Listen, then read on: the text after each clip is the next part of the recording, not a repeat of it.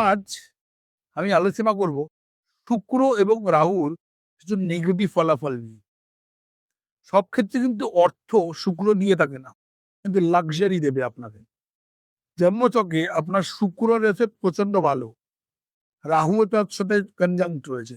এক্ষেত্রে কি হবে, আপনি লাক্সারিনেস ফুলফিল করার জন্য অতিরিক্ত ডিজায়ার থাকার কারণে আপনি কিন্তু ইএমআই এর দ্বারস্থ হবেন। অর্থাৎ আপনার কাছে অর্থ নেই, কিন্তু চাহিদা প্রচুর। কোনো বিষয় অতিরিক্ত টাকা ভালো না। নিম পাতার একটা গুড এফেক্ট আছে, কিন্তু আপনি যদি অতিরিক্ত সেটাকে কনজিউম করেন, সেক্ষেত্রে কিন্তু আপনি কিছু নেগেটিভ রেজাল্ট পাবেন।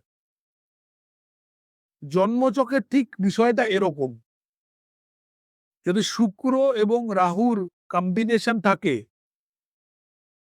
আপনি ইএমআই করবেন, ধার করে আপনি জিনিস কিনবেন। এই ক্ষেত্রে আমি প্রত্যেক জাতক কিংবা জাতিকাকে তার দ্বিতীয় ভাবকেও, অর্থাৎ ধনেশকেও পরীক্ষা করাতে বলবো।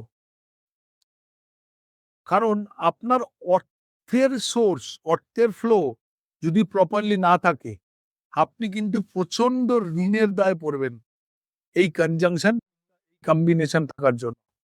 নমস্কার।